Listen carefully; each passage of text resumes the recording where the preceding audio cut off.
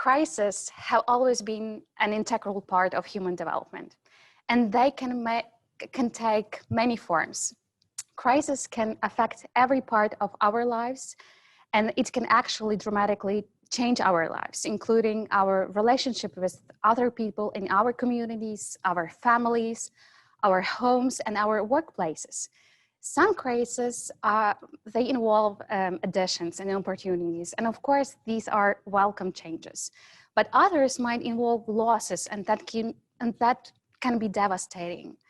Some crises are sudden, and the others are more gradual. So crisis can be either an opportunity or a danger, depending on one's perception about the situation. And of course, crisis may be viewed as danger because of fear of the unknown, the lack of trust, and inability or unwillingness, to face and to cope with the present situation.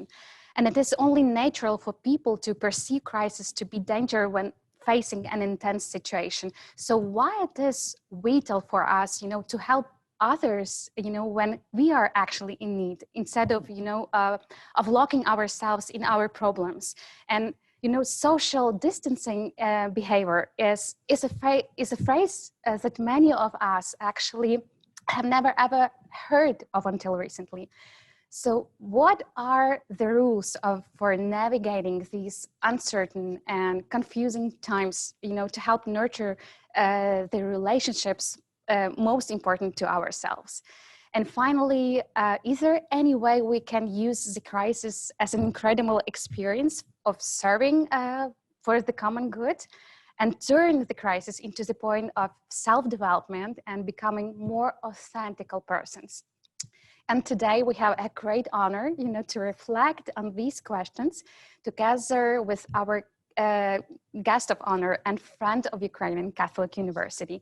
With a great joy and respect, I introduce to us Seàn-Patrick Lovett, a Vatican journalist, professor of communications, and ex-director of English language programming of Vatican Radio and lecturer at UKU. Professor Lovett began working at the Vatican Radio under Pope Paul VI in 1977, so thus serving 5 popes, including Pope Francis. So he used to be the TV war correspondent in the Middle East, Africa, and North Ireland. A consultant for the Vatican Television Center. Mr. Seàn is a professor of social communications at the Pontifical Georgian University in Rome since 1988. Vice President of a Center for Research and Communication in Lyon, France, coordinating media and communication workshops in Africa and Asia. So he's also a creator of specialized interpersonal communications courses offered in 15 countries, most recently in Zambia, Romania, Pakistan, Ethiopia, Liberia, South Africa, and the Philippines. So he's the author of the best-selling book, The Best Gift is Love, Meditations by Mother Teresa, edited in 7 different languages. Awarded Papal Knighthood, named Communicator of the Year by Dayton University in the US, and awarded the Thomas More Medal for Defense of the Faith by Christendom College in the USA. And finally, as our students say, simply always the best teacher, dear Seàn-Patrick Lovett. Professor Lovett, thank you very much for being with us today. It's a great pleasure to now invite you to take the floor/screen. Hello, I'm Sean, and it's an honor and a privilege to be here with you. So thank you so much for inviting me, and thank you for joining me for this conversation. Now, as you know, I've been assigned the topic, Never Waste a Good Crisis, New Rules for a New Time. But with your permission, I need to start by getting something off my chest right away. You see, if I happen to hear the expression, we're living in unprecedented times, or if someone tells me just once more that we need to adapt to the new normal, I'm afraid I think I might just scream. I know we need catchphrases and simplifications to help us describe what's often indescribable, but sometimes all they do is distract from the real issue at hand. Now, to start with, all times, by definition, have been unprecedented. I mean, we've been hurtling through space at nearly 1,700 kilometers an hour for the past 4.5 billion years. You'd think we would have grown used to the idea that anything could happen. Or maybe we just don't like surprises. Or maybe we're just such creatures of habit that any change risks throwing us off balance.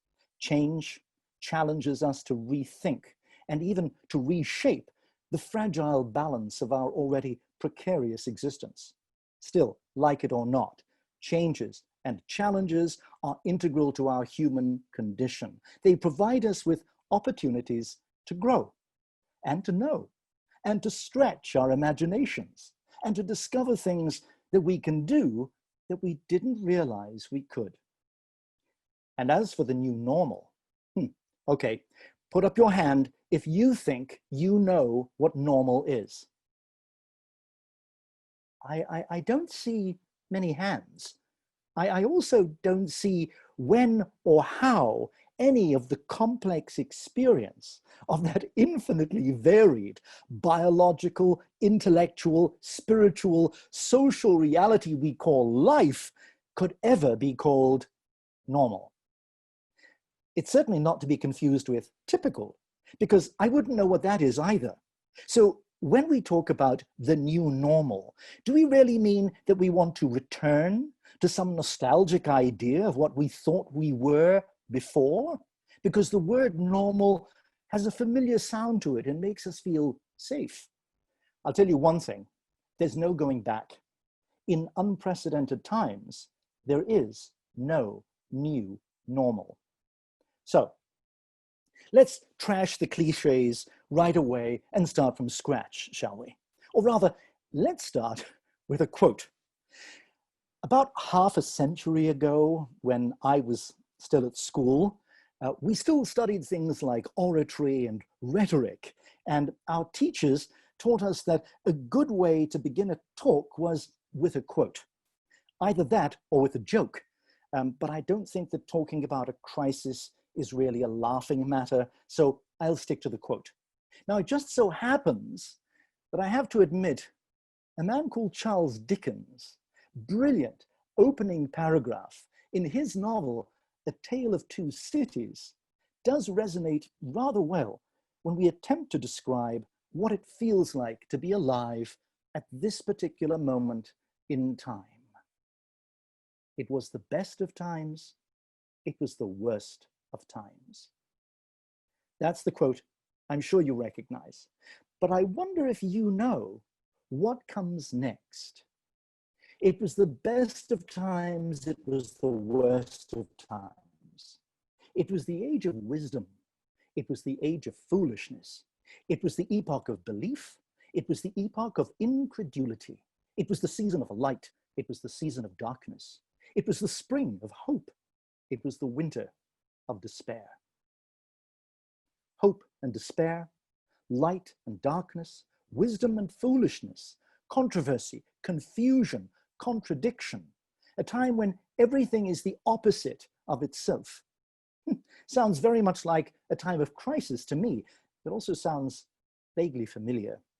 Of course, Dickens is writing specifically for the French Revolution. He's writing about the French Revolution, the mother of all crises, one that brought Europe's most prosperous and populous nation to its knees. And yet, out of the ashes of the guillotine rose the Declaration of the Rights of Man and that wonderful promise of equality, liberty, and fraternity for all.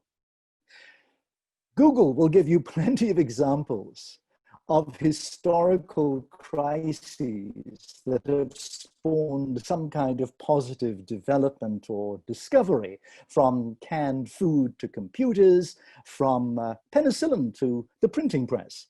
The list of inventions or creations that were born from a crisis goes all the way back to the cosmic Big Bang that gave birth to our universe.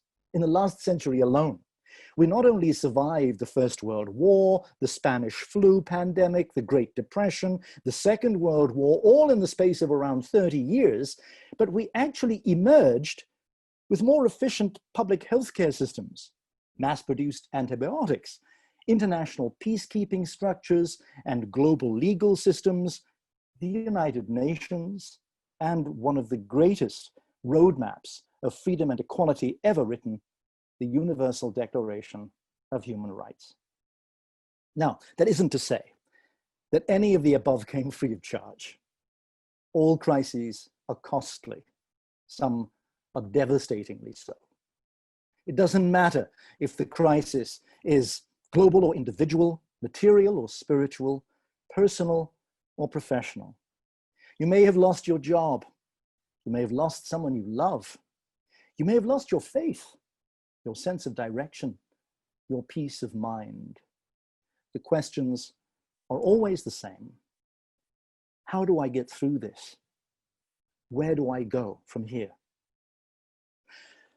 Most of the articles I've come across that deal with the COVID-19 crisis and all its related economic, political, sociological, and psychological side effects inevitably end up suggesting we should be concentrating on solutions that are outside the box. But what if there isn't a box at all? What if all our parameters had been flattened and our guidelines blurred? Where are we to look now for our points of reference? Who will write the new rules for this new time? Personally, as I get older, I tend to think that history is an excellent time and place to start. Even if, contrary to popular opinion and belief, history rarely repeats itself exactly, it can help us to get our bearings. It can provide us with what we journalists like to call context. Seeing where we come from often gives us a better sense of where we are and where we're going. Learning from history means exploring how similar situations played out and applying those conclusions to our present times and or crisis. Learning from other people's mistakes, in other words. One of the mistakes our ancestors made was failing to recognize the danger in time. Or worse still, downplaying and diminishing its importance until it was too late. Whether in the fields of international finance and banking, the environment, global conflicts, or disease control, wherever early warning signs were ignored or suppressed, catastrophe often followed. Today, with all our sophisticated scientific research, our unlimited access to data, and integrated communications technologies, we no longer have any more excuses. Or have we? Another fatal error committed by our predecessors was choosing to withhold the truth.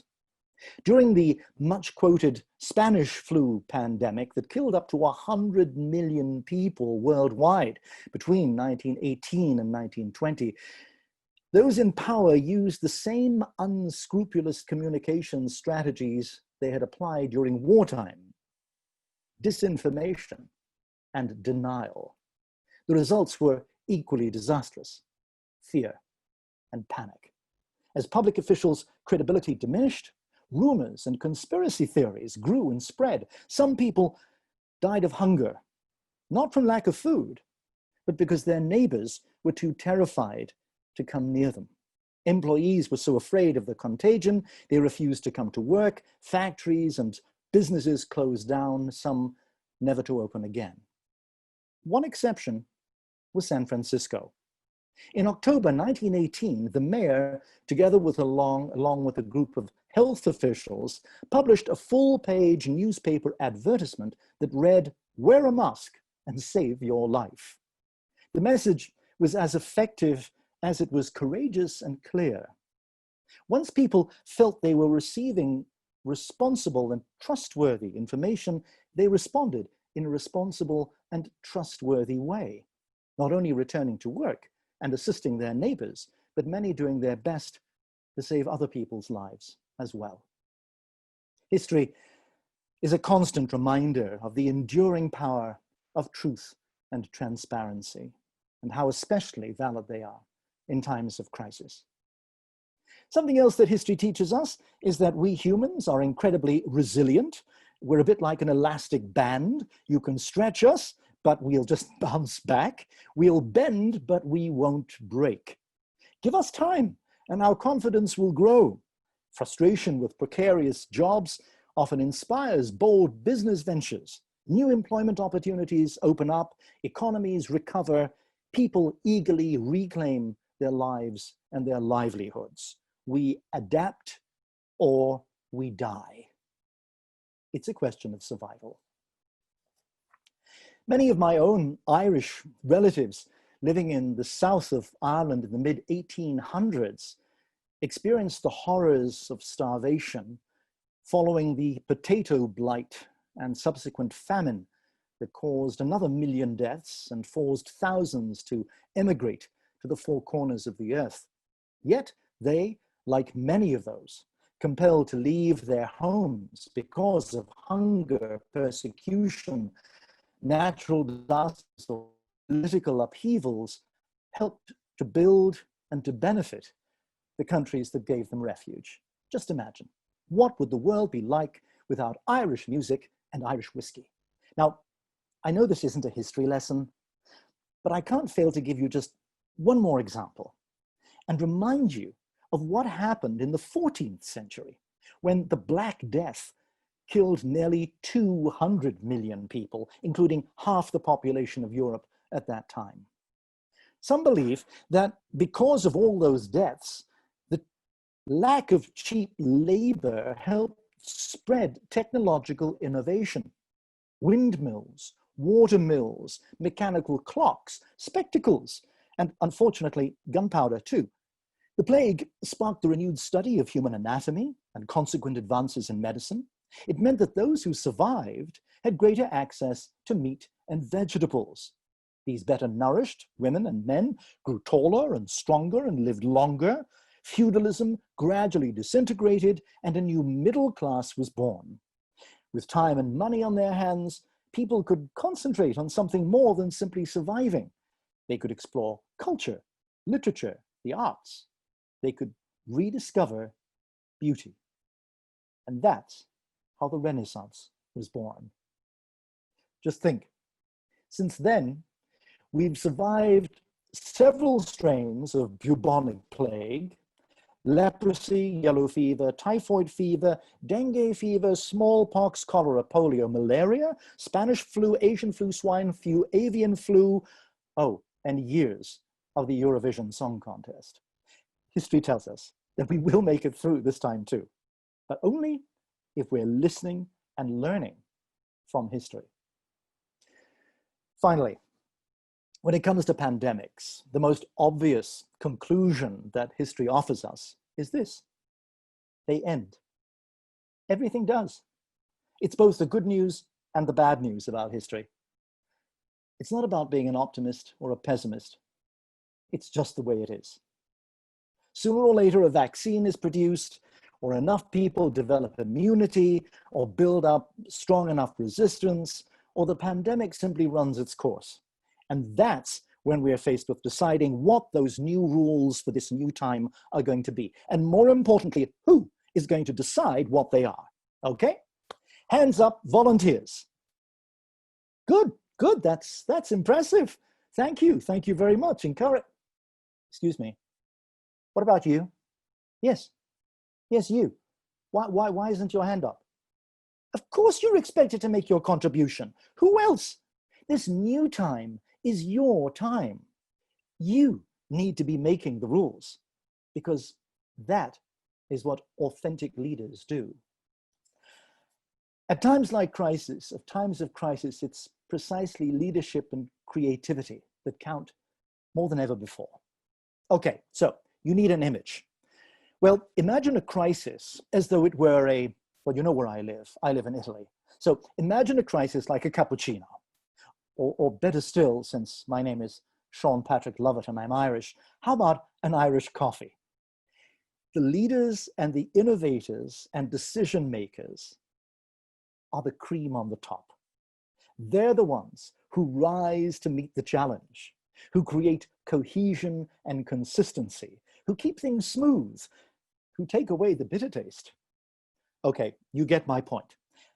My point is that leaders are made, not born.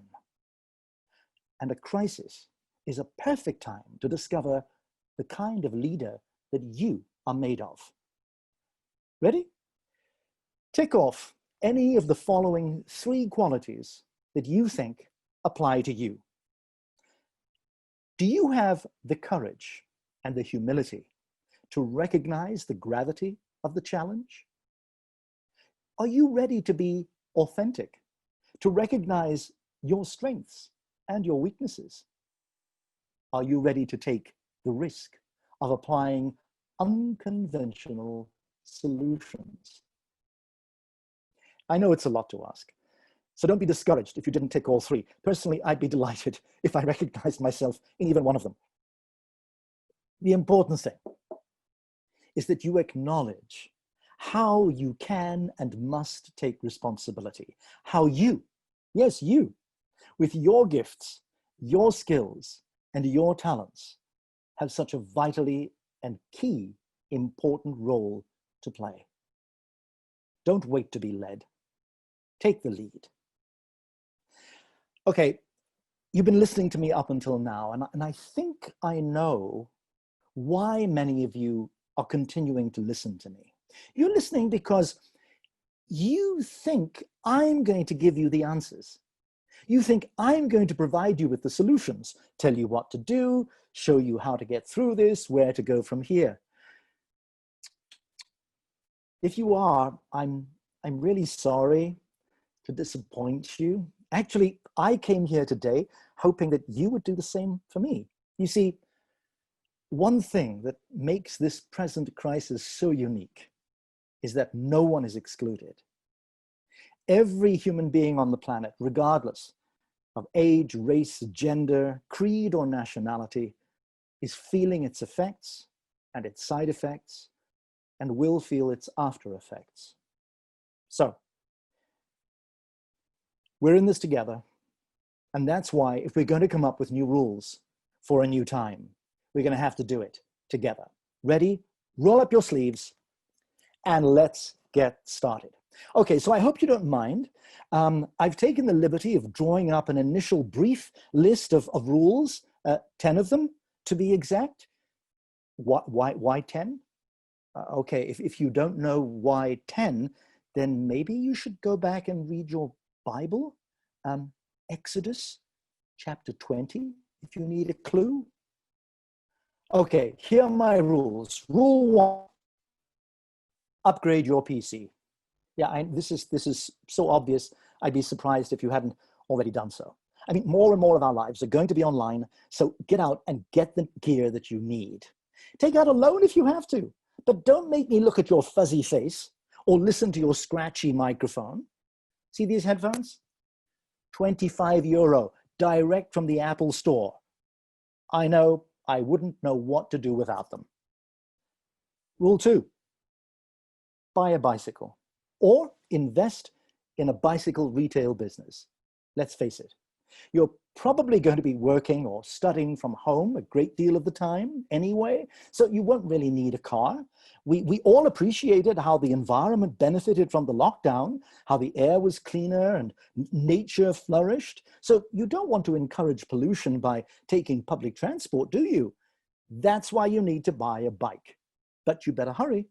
Bicycle dealers tell me they're running out of stocks fast. Rule 3, stop looking outside the box. The fact is, there isn't one. Of course, we can look to history for references and guidelines, but we can never be sure that we learned from our mistakes. One thing that history teaches us is that we haven't.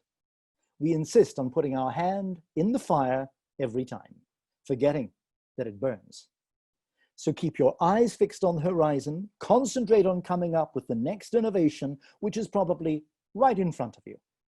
Rule 4, keep changing and keep challenging. It's like I said at the start of this talk, you can't avoid changes, so you may as well embrace them. But at the same time, you need to make sure they're not changes for change's sake. Keep asking yourself if they're positive. Are they useful? Do they make things and people better? Are they uplifting, encouraging, empowering? Do they create community and encourage collaboration? Because that's what we call the common good. Ready for rule 5? Here it is. Look and listen beyond the obvious. Become more aware. Take nothing for granted. Take nothing at face value, whether it be a news item or a political statement or a social media post. Compare, critique, analyze, assess, verify, evaluate. There are subtle and sneaky influencers all around you. But as long as you keep your wits about you and keep asking questions, you won't be easily persuaded or taken advantage of. Rule 6. The only thing to fear is fear. It's not philosophy, it's science. Fear is regulated within the temporal lobes of the brain called the amygdala. When activated, fear literally shuts us down. It weakens our immune system, causes heart damage, stomach problems, and can provoke premature aging. So stop feeling so afraid. You don't have to read George Orwell's 1984 to know how effectively fear can be used as a weapon of control and oppression. Rule 7, compassion is the key. Be nice. Well, I know you're already nice, so be nicer. The word compassion comes from the Latin, literally meaning to suffer with. It's actually much more than just being nice. It's empathy, feeling what the other person is feeling. It means putting yourself in their shoes, sharing their joy and their pain. But showing compassion requires proximity, physical closeness. We will always need reassuring hugs. Nothing can ever take the place of a friendly hand holding yours.